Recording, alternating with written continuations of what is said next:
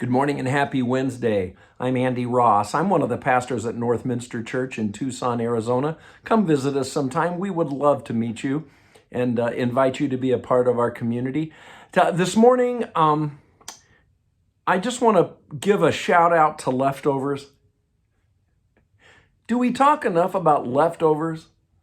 You go to a great restaurant and you say, oh yeah, please box this up for me. I'll eat it tomorrow for lunch, right? You keep leftovers in your fridge. When you enjoy a great meal, you don't let excess go to waste. You box it up. Did you know that God is into leftovers? Jesus is. In our schedule of readings today, we're in the Gospel of John, chapter 6. And there was a whole crowd that had been listening to Jesus, learning from Jesus, but now they're getting hangry. Yeah. And I'm so pleased. It was Andrew who said, hey, there's a kid over here who has a sack lunch. I don't know how that will feed a crowd, but there's some food. And you may know this story. It's recorded in all of the Gospels. It is such a miracle statement of Jesus' identity as the Messiah. Jesus says, all right, get them all into groups, have them sit down. Jesus blesses that little sack lunch and keeps feeding, with the help of his friends, everyone in that crowd. And listen to the best part. When the people had eaten their fill, Jesus said to his friends, gather the leftovers so nothing is wasted. They went to work and filled 12 large baskets with leftovers from those 5 barley loaves.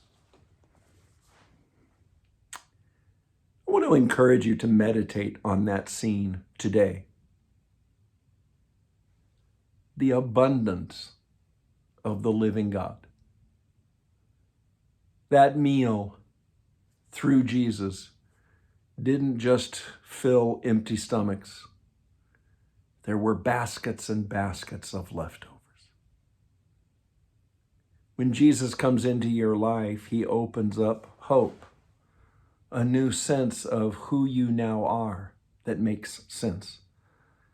Jesus gives you a hope for new life now and even beyond death into eternity. Jesus gives you this mission, this purpose of holy love.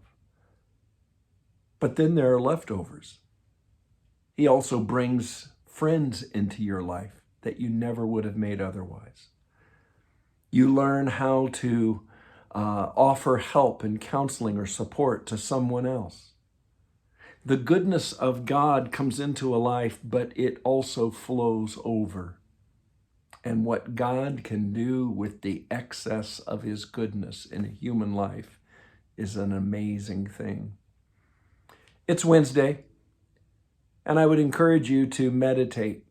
Take some quiet moments to think about that. Try to see that scene of Jesus feeding the multitude and all those baskets of leftovers. How are the leftovers of God's presence and goodness in you? How can they be put to work for others? Lord bless you.